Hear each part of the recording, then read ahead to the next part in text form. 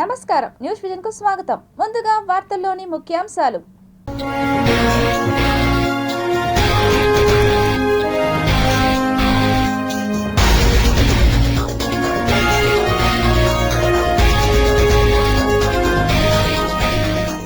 Status రూపంలో మళ్లీ తిరిగి వచ్చిన కోవిడ్-19 ఆందోళనలో వైద్యులు. వినియోగదారులకు ట్రూడౌన్ పేరుతో 449.60 కోట్లు తిరిగి చెల్లించేందుకు డిస్కంలు సిద్ధం. వసూలు కొండంత, ఇచ్చేది కొసరంత. తిరుమలలో అన్యమతం రచ్చ.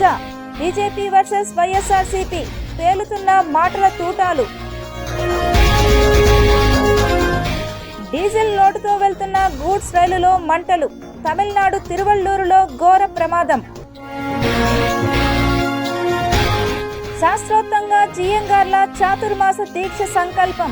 పెద్ద జియంగార్కు మేల్ చాట్ వస్త్రాన్ని, చిన్న జియంగార్కి నూలు చాటు వస్త్రాన్ని బహుకరించిన అధికారులు.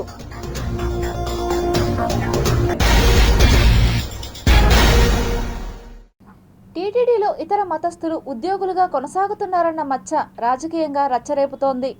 తిరుమల తిరుపతి దేవస్థానం పాలక మండలిలో 1000 మందికి పైగా అన్య మతాలకు చెందిన ఉద్యోగులు ఉన్నారంటూ కేంద్ర మంత్రి బండి సంజయ్ చేసిన వ్యాఖ్యలు ఒక్కసారిగా కలకలం సృష్టించాయి. ఇటీవల తన పుట్టినరోజును పురస్కరించుకుని శ్రీవారిని దర్శించుకున్న సంజయ్ తిరుమల పవిత్రతను కాపాడాల్సిన బాధ్యత అందరిపైనా ఉందన్నారు. అయితే ఉద్యోగులకు సంబంధించి ఆయన చేసిన కామెంట్స్ మాత్రం ఒక్కసారిగా ఏపీ రాజకీయాల్ని షేక్ చేశాయి. టీటీడీ పాలక మండలికి బండి సంజయ్ ఏకంగా హెచ్చరిక జారీ చేయడం తెలుగు రాజకీయాల్లో సంచలనం సృష్టించిందనే చెప్పాలి. పాలక వర్గానికి ఘాటుగా చెప్తున్నాను, ఇటువంటి పద్ధతి మంచిది కాదు. మీరు ఎంత అభివృద్ధి చేసినా, బయట భక్తులకు అన్ని సౌకర్యాలు కల్పించినా కూడా ఇతర మతస్థులు ఈ దేవాలయంలో ఉండడం వలన వాళ్ళ ఆచార వ్యవహారాల విషయంలో చాలా ఇబ్బందులు వస్తున్నాయి. అది బయటికి రాకపోవచ్చు. ఏదో సత్రం కాదు ఇది, అన్ని మతాలకు ఇవ్వడానికి ఏదో సత్రం కాదు, రెచ్చగొట్టడం కాదు. వాస్తవం, ఒక మసీద్కి వచ్చి చర్చికి పోయి ఒక నామం పెట్టుకొని నేను పోతే ఉద్యోగం ఇస్తారండి నాకు. అయితే బండి సంజయ్ వ్యాఖ్యలకు అదే స్థాయిలో కౌంటర్ ఇచ్చారు టీటీడీ మాజీ చైర్మన్, వైసీపీ నేత భూమన కరుణాకర్ రెడ్డి. ఇది వెంకటేశ్వర స్వామి ఆలయంపై సంజయ్ చేసిన దాడిగా అభివర్ణించారాయన. అయితే భూమనకు ఏపీ బీజేపీ నేత, టీటీడీ మెంబర్ భానుప్రకాష్ మరో స్ట్రాంగ్ కౌంటర్ ఇవ్వడంతో వివాదం మరింత రాజుకుంది. ఇది వెంకటేశ్వర స్వామి ఆలయం మీద బండి సంజయ్ చేసినటువంటి దాడిలాగా నేను భావిస్తున్నా. టీటీడీలో 22 మంది అన్య మతస్థుల్ని గుర్తించాము అని సాక్షాత్తు టీటీడీ చైర్మన్ అయినటువంటి బిఆర్ నాయుడు గారు కూడా ఆ రోజున పత్రికలలో చెప్పటం జరిగింది. కానీ నిన్న బండి సంజయ్ గారు వచ్చి 1000 మంది అన్య మతస్థులు టీటీడీలో ఉన్నారు అని అంటే మీ ప్రకటన వెనుక కుట్ర దాగి ఉన్నదా? టీటీడీలో పనిచేస్తున్న ఉద్యోగుల్లో చాలామంది పైకి మాత్రమే రాముడు, కృష్ణుడు పేర్లతో కనిపిస్తున్నారని, లోపల మాత్రం వాళ్ళంతా అన్ని మతాచారాలు పాటిస్తున్నారని ఆరోపించారు. 2019, 2024 మధ్య రాష్ట్రంలో హిందూ వ్యతిరేక ప్రభుత్వం కొనసాగడం వల్లే ఇదంతా జరిగిందన్న భానుప్రకాష్, టీటీడీ ఉద్యోగుల ఇళ్లలో సర్వేకు భూమన సిద్ధంగా ఉన్నారా అని సవాల్ విసిరారు. మొత్తానికి మరో అంశంలో తిరుమల కొండ వివాదంలో నిలిచింది. 2019 నుంచి 24 వరకు టీటీడీ చరిత్రలో ఎప్పుడూ లేనట్టు విధంగా భారీ అవినీతికి టీటీడీని అడ్డం పెట్టుకుని చేసినటువంటి సందర్భాలు టీటీడీలో ఉన్నాయి. నేను ఛాలెంజ్ చేస్తున్నా కరుణాకర్ రెడ్డి గారికి, మీరు సిద్ధమా? ప్రతి ఇంటి సర్వేకి మీరు కూడా వచ్చేదానికి సిద్ధమా? అక్కడ కానీ అన్యమతానికి సంబంధించిన చిత్రపటాలు కానీ సాహిత్యం కానీ ఉంటే వారిని అక్కడి నుంచి తొలగించేదానికి మీరు అంగీకరిస్తారని చెప్పి నేను బహిరంగంగా వారికి సవాల్ విసురుతున్నాను. మరి ఈ జగడం ఇక్కడితో ఆగుతుందా, ఎపిసోడ్లుగా కంటిన్యూ అవుతుందా అన్నదే పొలిటికల్గా ఆసక్తి రేపుతోంది. తమిళనాడులో ఘోర ప్రమాదం సంభవించింది. తిరువళ్లూరులో డీజిల్ లోడుతో వెళ్తున్న గూడ్స్ రైలులో మంటలు అంటుకున్నాయి. క్షణాల్లోనే అన్ని వ్యాగన్లకు మంటలు వ్యాపించాయి. ఈ ప్రమాదంలో అన్ని వ్యాగన్లు అగ్నికి ఆహుతయ్యాయి. ట్రాక్ సమీపంలోని ఇళ్లను అధికారులు ఖాళీ చేయించారు. అరక్కోణం నుంచి చెన్నై వెళ్తున్న గూడ్స్ రైలులో ఈ ప్రమాదం జరిగింది. పలు రైళ్లను నిలిపివేశారు అధికారులు. పెరియకుప్పం సమీపంలో ఈ ఘటన జరిగింది. ఓడరేవు నుండి చమురుతో వెళ్తున్న గూడ్స్ రైలు అకస్మాత్తుగా పట్టాలు తప్పడంతో మంటలు చెలరేగాయని స్థానికులు చెబుతున్నారు.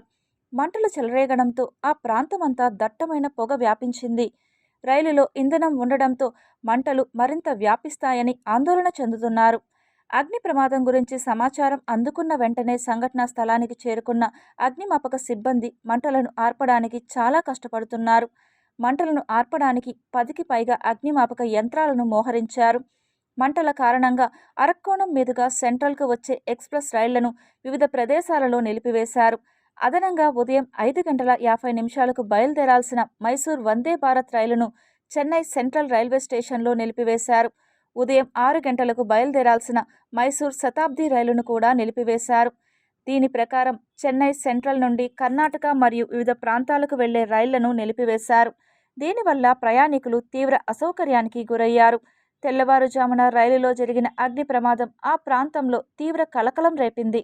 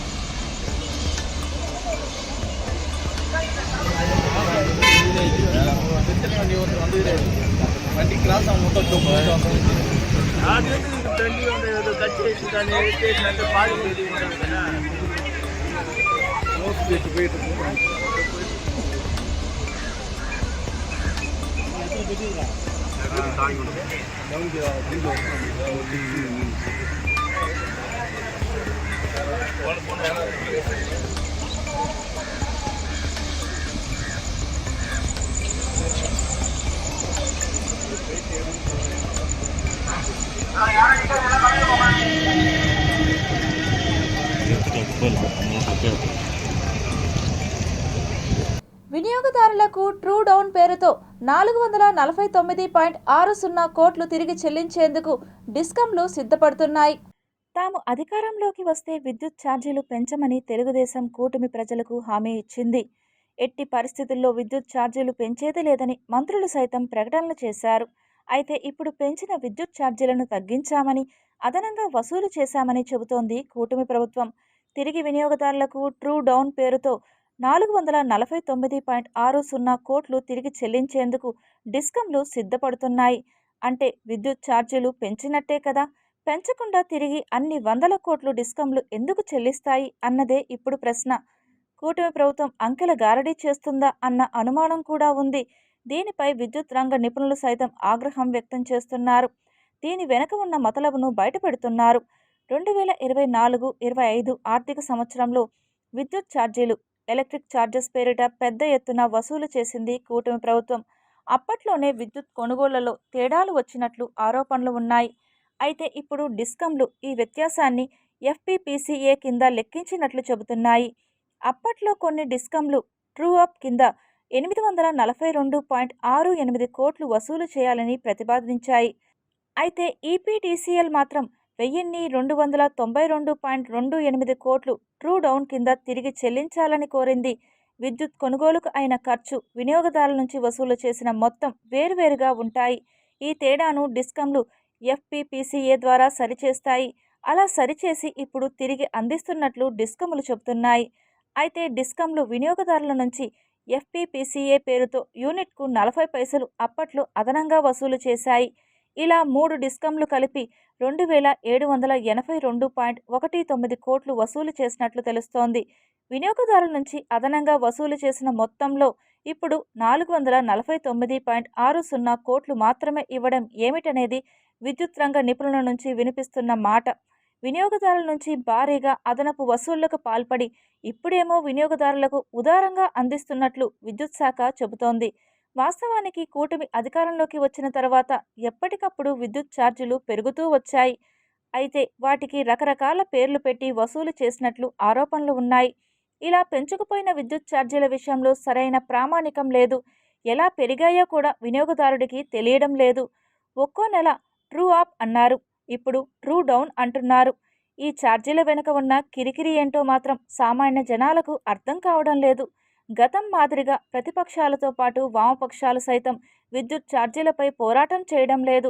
దీంతో ప్రభుత్వం ఆడిందే ఆట, పాడిందే పాట అన్నట్టు పరిస్థితి మారింది. తిరుమలలో భక్తుల రద్దీ కొనసాగుతోంది. టీటీడీ భక్తులకు ఎలాంటి అసౌకర్యం లేకుండా ప్రత్యేక చర్యలు చేపట్టింది. తిరుమల వెంకన్న సన్నిధి భక్తులతో కిటకిటలాడుతోంది. శ్రీవారి లడ్డూ కౌంటర్లు, అద్దె గదులు, లాకర్ సెంటర్లు వద్ద భక్తులు అధిక సంఖ్యలో బారులు తీరారు. శ్రీవారి దర్శనం కోసం ప్రస్తుతం వైకుంఠం క్యూ కాంప్లెక్స్లు 1, 2లోని అన్ని కంపార్ట్మెంట్లు భక్తులతో నిండిపోయి 4 కిలోమీటర్ల మేరకు క్యూలైన్లో వేచి ఉన్నారు. టోకన్ లేకుండా క్యూలైన్లో వేచి ఉన్న భక్తులకు సుమారు 24 గంటలకు పైగా సమయం పడుతుందని టీటీడీ తెలిపింది. నిన్నటి రోజున స్వామివారిని 90,000కు పైగా భక్తులు దర్శించుకున్నట్లు టీటీడీ పేర్కొంది.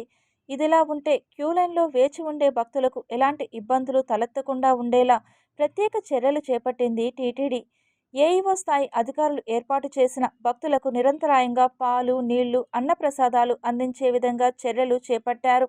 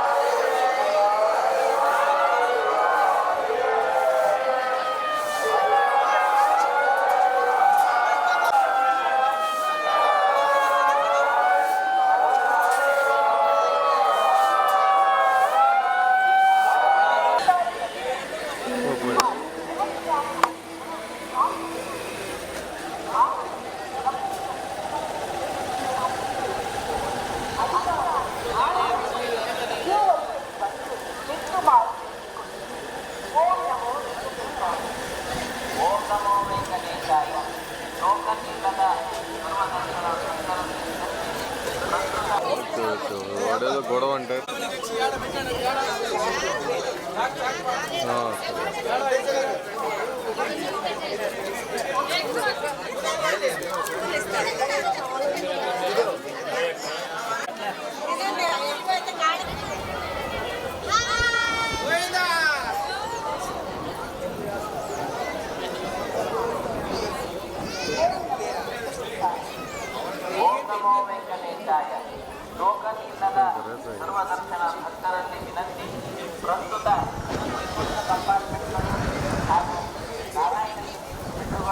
తిరుపతి జిల్లా ఎస్పీ హర్షవర్ధన్ రాజు శాంతి భద్రతల కోసం ఏర్పాటు చేసిన సీసీ కెమెరాలు, డ్రోన్ కెమెరాల పనితీరుపై నగర ప్రజలు ఎస్పీ హర్షవర్ధన్ రాజును అభినందించారు.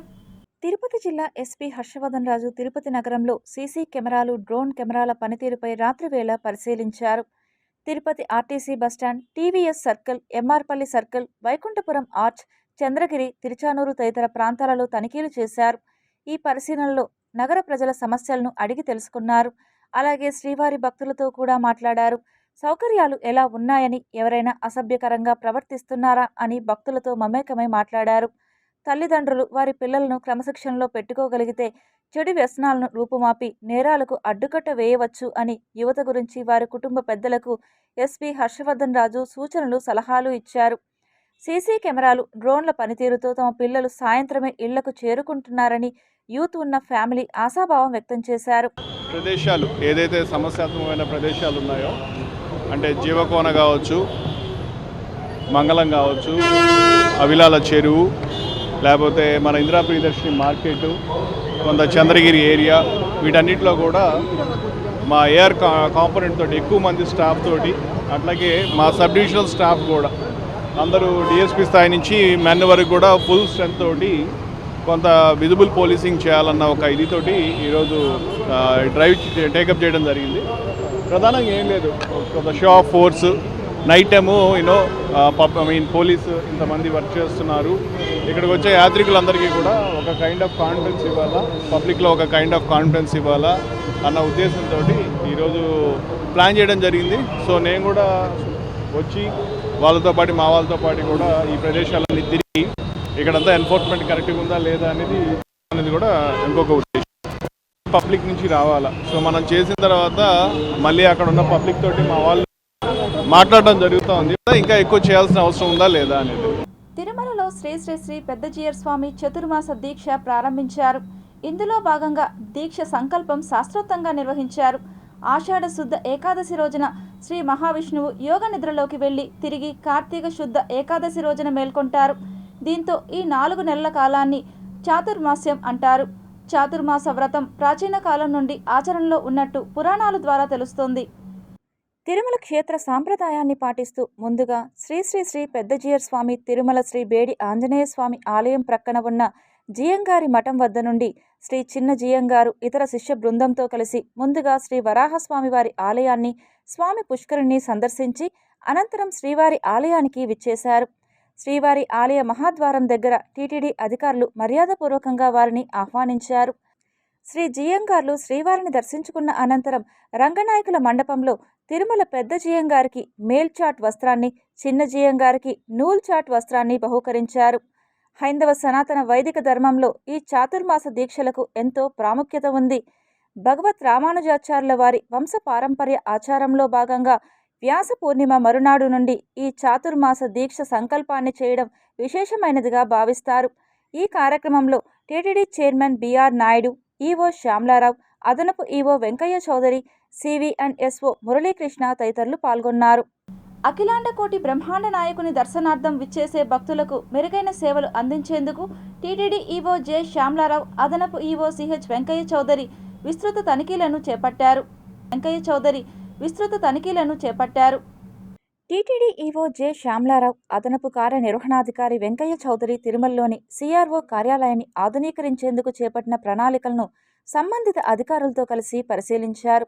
ఈ సందర్భంగా తిరుమలలోని సిఆర్ఓ కార్యాలయాన్ని ఆధునీకరించేందుకు చేపట్టిన ప్రణాళికలను సంబంధిత అధికారులతో కలిసి పరిశీలించి భవిష్యత్తులో యాత్రికుల సంఖ్య పెరుగుతున్న నేపథ్యంలో అధునాతన సౌకర్యాలతో సిఆర్ఓను ఆధునీకరించేందుకు ఉన్న అవకాశాలను అధికారులతో కలిసి ఆరా తీశారు.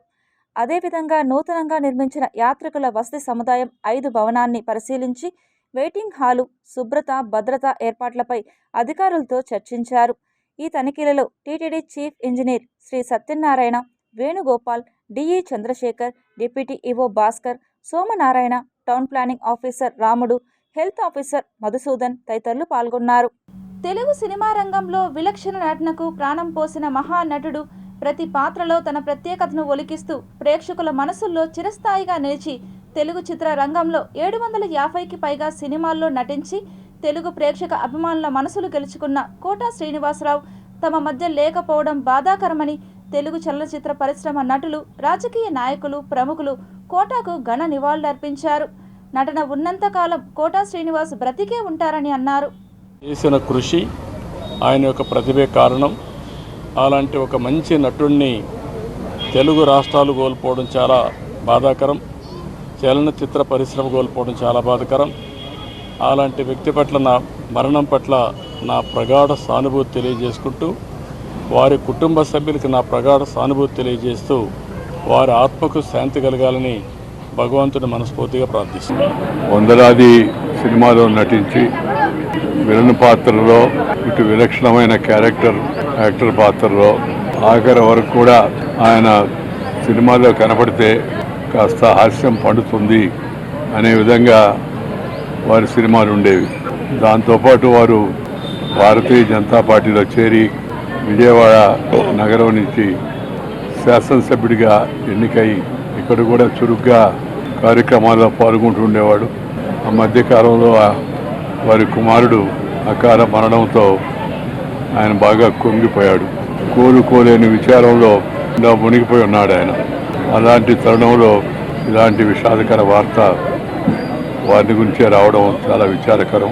ఆయనతోటి ఒక అనుబంధం పెనవేసుకువెళ్ళింది. ఇక ఆయన చేయలేని క్యారెక్టరు, చేయని క్యారెక్టరు, మాట్లాడని యాస, మాండలికాలు లేవనే చెప్పాలి. అంతగా పరిపూర్ణమైనటువంటి నటన. నాటక రంగం నుంచి వచ్చి సినిమా రంగంలో తనకంటూ ప్రత్యేకమైన స్థానం ఏర్పరచినటువంటి గొప్ప నటుడు. ఆయనతోటి నాకు ఎన్నో సినిమాల అనుబంధం ఉంది. ప్రతి సినిమా ఒక్కొక్క అద్భుతమైనటువంటి నాకు ప్రత్యేకం. అండ్ అలాంటి మా కోట శ్రీనివాసరావు గారు ఈ రోజున లేరు అనుకోవటం అనేది నిజంగా చాలా తీరని లోటు. అండ్ ఇది వాళ్ళ కుటుంబానికి, పరిశ్రమకి తీరని లోటు. అలాంటి మహానటుడు, అలాంటి వైవిధ్య పాత్రలు పోషించేటటువంటి విలక్షణమైన నటుడు మళ్ళీ వస్తారని అనుకోవటం లేదు. అలాంటి నటుడు మనకు దొరకరేమో కూడా, ఉండరేమో కూడా. మంచి అథారిటీ అనేది వరకు నాకు ఆయనతో మంచి అనుబంధం ఉంది. ఇప్పుడు 10 మంది బాగును ఆకాంక్షించేవాళ్ళు. ఆయన ప్రత్యేకించి నేను అడిగాను, మీరు ఇంత ఈ వయసులో ఇబ్బంది పడలేదు. లేదు, నా కష్టాలను అధిగమించడానికి నాకు నటనే నాకు మరుపుది. నాకు చాలా ఇదిగా చెప్పారు, నాకు బాగా కదిలించేసింది. నాకు అలాంటి వ్యక్తి ఎంతమంది పరిణితి చెందిన నటులు ఉన్నా కానీ ఆయన విశిష్టమైన శైలి, గొప్ప నటులు. ముఖ్యంగా బాబు మోహన్ గారు, ఆయన కాంబినేషన్ మటుకు మేమందరం విపరీతంగా ఎంజాయ్ చేసేవాళ్ళం. అలాంటి వ్యక్తి ఈ రోజున మేము కోల్పోవడం నిజంగా చాలా బాధ కనిపించింది. మనస్ఫూర్తిగా వారి కుటుంబ సభ్యులకి మనస్ఫూర్తిగా నా సానుభూతిని తెలియజేస్తూ వారి ఆత్మకి శాంతి చేకూరాలని మనస్ఫూర్తిగా ఆకాంక్షిస్తున్నాను, మనస్ఫూర్తిగా ప్రార్థిస్తున్నాను. ఆయన ఒక మహానటుడు అని నేను ప్రత్యేకంగా చెప్పాల్సిన పని లేదు. ఒక దశకంలో నేను, కోట శ్రీనివాసరావు, బాబు మోహన్, మేము ముగ్గురం ప్రతి సినిమాలో ఉండేవాళ్ళం. రోజుకు 18-20 గంటలు పనిచేసేవాళ్ళం. 4 డికేట్స్గా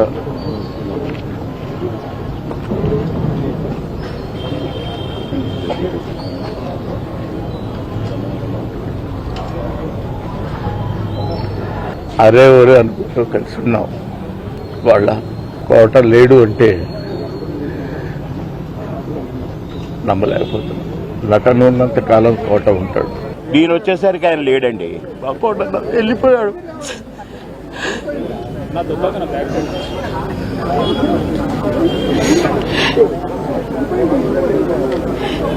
ఇంటికి వస్తే ఎంతో సంతోషంగా రారా బోర్ కొడుతుందిరా అనేవాడు. ఇప్పుడేమో హాయిగా పడుకున్నాడు.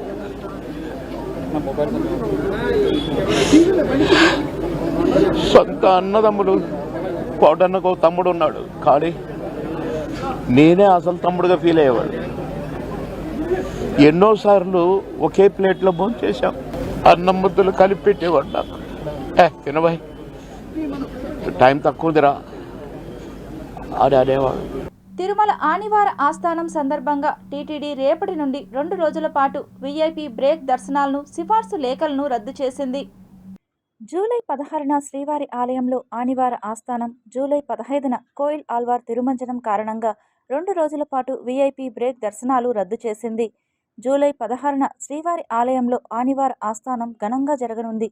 ఈ పర్వదినాన్ని పురస్కరించుకొని జూలై 15న కోయిల్ ఆల్వార్ తిరుమంజనం నిర్వహించనున్నారు. ఈ కారణంగా ఈ 2 రోజుల పాటు వీఐపీ బ్రేక్ దర్శనాలను ప్రోటోకాల్ ప్రముఖులకు మినహా ఇతరులకు టీటీడీ రద్దు చేసింది. జూలై 14, 15వ తేదీల్లో వీఐపీ బ్రేక్ దర్శనాలకు సంబంధించిన సిఫార్సు లేఖలు స్వీకరించబడవు. ఈ విషయాన్ని దృష్టిలో పెట్టుకుని సహకరించవలసినదిగా భక్తులకు టీటీడీ విజ్ఞప్తి చేస్తోంది. తిరుపతి కచపి ఆడిటోరియంలో రీచ్ గ్లోబల్ ఫౌండేషన్ 10వ వార్షికోత్సవాన్ని ఘనంగా నిర్వహించారు. రీచ్ గ్లోబల్ ఫౌండేషన్ 10వ వార్షికోత్సవాన్ని తిరుపతిలోని కచ్చప్పి ఆడిటోరియంలో అతిరథ మహారథులతో ఫౌండేషన్ స్థాపకుడు రమేష్ లింగుట్ల ఘనంగా నిర్వహించారు. ఈ కార్యక్రమంలో భాగంగా తిరుపతి పరిసర ప్రాంతాల్లోని వివిధ స్వచ్ఛంద సంస్థల ప్రతినిధులను, వారు చేసే సేవలను కొనియాడారు. తదుపరి ఆ సేవా సంస్థల ప్రతినిధులకు మెమంటోలను అందించారు. ఈ కార్యక్రమంలో జిల్లా collector S Venkateshwar, MLA Arani Srinivasulu, deputy mayor RC Munikrishna Yadav, corporation chairman Narasimha Yadav, TTD పాలక మండలి సభ్యులు భానుప్రకాష్ రెడ్డి, డాక్టర్ శ్రీహరి తదితరులు పాల్గొన్నారు. 10వ వార్షికోత్సవం సందర్భంగా ఈరోజు కచపి ఆడిటోరియంలో ఘనంగా 10 సంవత్సరాలు పూర్తి చేసుకొని 11వ సంవత్సరంలో అడుగుపెడుతున్న తరుణంలో ఆయన చేస్తున్న సేవలన్నింటినీ కూడా కొనియాడుతూ చాలామందికి చాలా సేవలు చేయడం కూడా జరిగింది. అంతేకాకుండా మన తుఫాన్ కార్యక్రమాల్లో విశాఖపట్నం, విజయనగరం, శ్రీకాకుళం జిల్లాలో కూడా ఎంతో మందికి సేవలు చేయడం, అంతేకాకుండా పహల్గాంలో చనిపోయిన తీవ్రవాదుల దాడిలో చనిపోయిన వారికి కూడా తన వంతు సహాయ సహకారాలు అందించడం, ఇవన్నింటి కూడా సేవా తత్పరలో ఈడ మన తిరుపతి పట్టణంలో కూడా తిరంగా ర్యాలీ కూడా చేసి దేశ సౌభాగ్యం కోసం ఆయన ఎన్నో సేవలు చేస్తూ మంచి పేరు తెచ్చుకుంటూ ఈరోజు ఆయనతో పాటు చేసిన సేవలు అన్నీ కూడా అందరినీ కూడా గుర్తించి వాళ్ళందరూ కూడా మొమెంటోలు ఇవ్వడం చాలా సంతోషం. ఇంకా ఇది రోజు రోజు అభివృద్ధి చెందుకుంటూ రీచ్ గ్లోబల్ ఫౌండేషన్ ముందుకెళ్లాలనేసి కూడా వెంకటేశ్వర స్వామిని కోరుకుంటున్నాం. Andhra Pradesh state grappling wrestling championship 2025 పోటీలను తిరుపతిలోని గిరిజన భవన్ నందు 2 రోజుల పాటు నిర్వహించారు. ఈ రాష్ట్ర స్థాయి రెజ్లింగ్ కాంపిటీషన్లో పాల్గొనడానికి రాష్ట్ర వ్యాప్తంగా 250 మంది వరకు బాలికలు పాల్గొన్నారు. ఇందులో బాలికలు 30 మంది, బాలురు 30 మంది జాతీయ రెజ్లింగ్ కాంపిటీషన్స్కు ఎంపికైనట్లు నిర్వాహకులు మీడియాకు తెలిపారు. వీరిని ఈ నెల 26వ తేదీ ఛత్తీస్గఢ్లోని బిలాస్పూర్లో జరగనున్న జాతీయ స్థాయి రెజ్లింగ్ పోటీలలో పాల్గొంటారని తెలియజేశారు. ఇప్పుడు మన 5వ స్టేట్ ఛాంపియన్షిప్ జరుగుతుంది. ఇక్కడ సెలెక్ట్ అయినటువంటి ఈరోజు జరిగినటువంటి టోర్నమెంట్లో సెలెక్ట్ అయిన పిల్లలు వాళ్ళందరినీ నెక్స్ట్ ఇదే మంత్లోన 26-27 తేదీల్లో ఛత్తీస్గఢ్ బిలాస్పూర్లో జరగబోయే నేషనల్ ఛాంపియన్షిప్లో పాల్గొంటారు. అక్కడ సెలెక్ట్ అయిన పిల్లలు చాలా ఇంటర్నేషనల్ వరకు వెళ్ళే అవకాశాలు ఉన్నాయి. ఇంతకుముందు ఇప్పటి వరకు మన రాష్ట్రం నుంచి గ్రాప్లింగ్ అండ్ రెస్లింగ్ టోర్నమెంట్లో ఇంటర్నేషనల్లో 7 మంది ప్లేయర్స్ పాల్గొనడం జరిగింది. అందులో నేను కూడా ఒకటిని. ప్రతిసారి నేషనల్ మీట్ ఇప్పుడు 4 ఏళ్ళు జరుగుతుంది.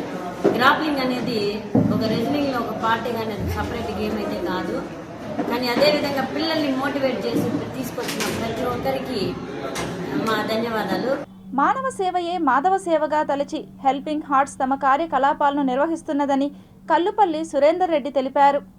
తిరుపతి పద్మావతిపురంలోని పాస్ మానసిక ప్రతిభావంతుల కేంద్రంలో ఆదివారం నిత్యావసర సరుకులకు పాస్ నిర్వాహకులు మురళీకృష్ణ, అకౌంటెంట్ శ్రీరాములు రెడ్డికి అందించడం జరిగిందని హెల్పింగ్ హార్ట్స్ వ్యవస్థాపక అధ్యక్షులు కల్లుపల్లి సురేందర్ రెడ్డి, సభ్యులు లీలాప్రకాష్, వార్త జయశంకర్లు తెలిపారు. ఈ సందర్భంగా హెల్పింగ్ హార్ట్స్ వ్యవస్థాపక అధ్యక్షులు కల్లుపల్లి సురేందర్ రెడ్డి మాట్లాడుతూ తమ హెల్పింగ్ హార్ట్స్ సభ్యుల సహకారంతో ఈ కార్యక్రమాలను నిర్వహిస్తున్నామని, ప్రతి నెల 2వ ఆదివారం అనాథ ఆశ్రయాలు, వృద్ధాశ్రమాలు, ప్రత్యేక పునరావాస కేంద్రాలు, ఆసుపత్రులు వంటి చోట్ల తమ హెల్పింగ్ హార్ట్స్ అక్కడి వారికి అవసరమైన నిత్యావసర సరుకులు, దుస్తులు అందజేస్తామని తెలిపారు. ఈరోజు పద్మావతిపురంలో ఉన్నటువంటి పాస్ కేంద్రంలో మా హెల్పింగ్ హార్ట్స్ తరపున మా సభ్యులందరూ కలిసి తలాయిని తీసుకొని వారికి కావాల్సినటువంటి నిత్యావసర సరుకులు, రైస్ బ్యాగును అందించడం జరిగింది. హెల్పింగ్ హార్ట్స్ కార్యక్రమాలు ప్రతి నెల 2వ ఆదివారం తిరుపతి చుట్టుపక్కల కావలసినటువంటి వారికి సరుకులను అందిస్తుంటాం. వేమన విజ్ఞాన కేంద్రం ఆధ్వర్యంలో ఏపీ అమెచ్యూర్ టైక్వాండో అసోసియేషన్ సహకారంతో సిపిఎం కార్యాలయం నందు బాలికలకు కరాటే పోటీలు నిర్వహించారు. తిరుపతి పరిసర ప్రాంతాలలోని 16 సంవత్సరాలలోపు బాలికలకు ఈ కరాటే పోటీలలో పాల్గొనే అవకాశం కల్పించారు. ఒక్కరోజు నిర్వహించిన కరాటే పోటీలలో పిల్లల తల్లిదండ్రులతో పాటు టైక్వాండో అసోసియేషన్ అధ్యక్షులు ఊకా విజయ్ కుమార్, వేమన విజ్ఞాన కేంద్రం ప్రతినిధి మల్లారపు నాగార్జున తదితరులు పాల్గొన్నారు. ఈ టోర్నమెంట్లో వచ్చేసి దాదాపు ఒక 205 మంది పార్టిసిపేట్ బాలికలు పాల్గొన్నారు. అన్ని cadets, sub juniors, juniors participate చేశారు. ఈ పార్టిసిపేషన్లో చాలామంది పేరెంట్స్ కూడా రిక్వెస్ట్ చేయడానికి వచ్చారు. అంతేకాకుండా ఈ టోర్నమెంట్స్ ముఖ్య ఉద్దేశము చిన్నపిల్లల్ని ఎంకరేజ్ చేయాలి. అండర్ 7 years, 10 years, 12 years కావాలని బాగా వాళ్ళకి ఉత్సాహపరిచి వాళ్ళకి లైఫ్లో ఒక గేమ్ మీద మంచి ఇంట్రెస్ట్ కలగాలి. వాళ్ళకి భవిష్యత్తులో ఈ గేమ్ వల్ల వాళ్ళకి ఉపయోగపడాలనే ఒక ఉద్దేశంతో ఇక్కడ మనం ఈ టోర్నమెంట్స్ ప్రారంభించాం. టోర్నమెంట్స్ చాలా బాగా జరుగుతున్నాయి. శ్రీ పుట్టపర్తి సత్యసాయిబాబా 100వ జయంతిని పురస్కరించుకొని నగరంలో సత్యసాయిబాబా చిత్రపటాన్ని రథంపై ఊరేగించారు. నవంబర్ 23 స్వామి 100వ జన్మదినోత్సవం. అందుకని దేశం అంతా ప్రేమ వాహిని కదిలి రావాలి అనే అన్ని వైపుల నుంచి తూర్పు, పడమర, ఉత్తరం, దక్షిణం, మధ్యప్రదేశ్ అన్నీ కవర్ చేసేటట్టుగా 5 వాహనాలు దేశం మొత్తం అంతా కూడా మన స్వామి గురించి తెలియాలి. ఈయన చక్కగా అన్ని స్కూల్స్, ఉచిత వైద్యశాల అన్నీ చాలా కట్టించారు, వాటర్ సప్లై చేశారు. అదంతా చాలా మంచి పనులు చేశారు కాబట్టి చాలా వైభవంగా జరుపుకుందాము ఆయన జయంతి. తిరుమల శ్రీవారిని దర్శించుకున్న మంత్రి గొట్టిపాటి రవికుమార్, ప్రభుత్వ విప్ ఎమ్మెల్యే థామస్. తిరుమల వెంకన్నను ఏపీ మంత్రి గొట్టిపాటి రవికుమార్, ప్రభుత్వ విప్ ఎమ్మెల్యే థామస్లు కుటుంబ సభ్యులతో కలిసి వేరువేరుగా శ్రీవారిని దర్శించుకుని మొక్కులు తీర్చుకున్నారు. ఆదివారం ఉదయం నైవేద్య విరామ సమయంలో స్వామి ఆశీస్సులు అందుకున్న వీరికి ఆలయ అధికారులు దర్శన ఏర్పాట్లను చేశారు. అనంతరం ఆలయ రంగనాయక మండపంలో వేద పండితులు వేద ఆశీర్వచనం చేయగా అధికారులు స్వామివారి తీర్థ ప్రసాదాలు అందజేశారు. దర్శనం చేసుకోవడానికి వచ్చాం. మేము మా కుటుంబ సభ్యులు, మా సోదర శాసనసభ్యులు అందరూ కూడా దర్శనం చేసుకున్నాం. సుపరిపాలన కార్యక్రమం మీద ప్రజల్లోకి వెళ్తా ఉన్నాం. కార్యక్రమాలన్నీ కూడా ప్రజల్లోకి తీసుకెళ్తా ఉన్నాం. ప్రభుత్వానికి ప్రజలకి అంతా మంచి జరగాలని చెప్పి భగవంతుని కోరుకొని వచ్చాం. వార్తలు ముగించే ముందు ముఖ్యాంశాలు మరోసారి చూద్దాం.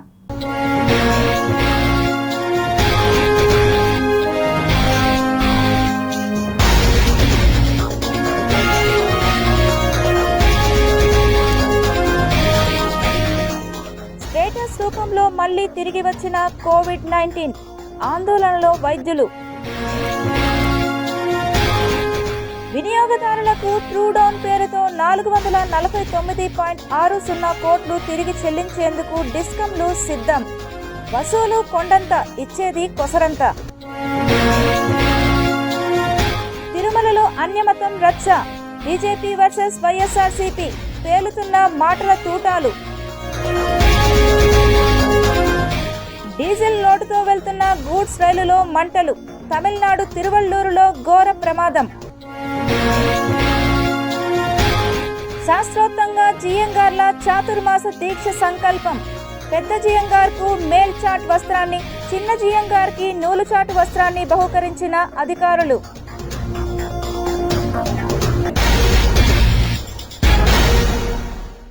ఈ వార్తలు ఇంతటితో సమాప్తం. సమగ్ర సమాచారంతో న్యూస్ విషయంలో మళ్ళీ కలుద్దాం. అంతవరకు సెలవు. నమస్కారం.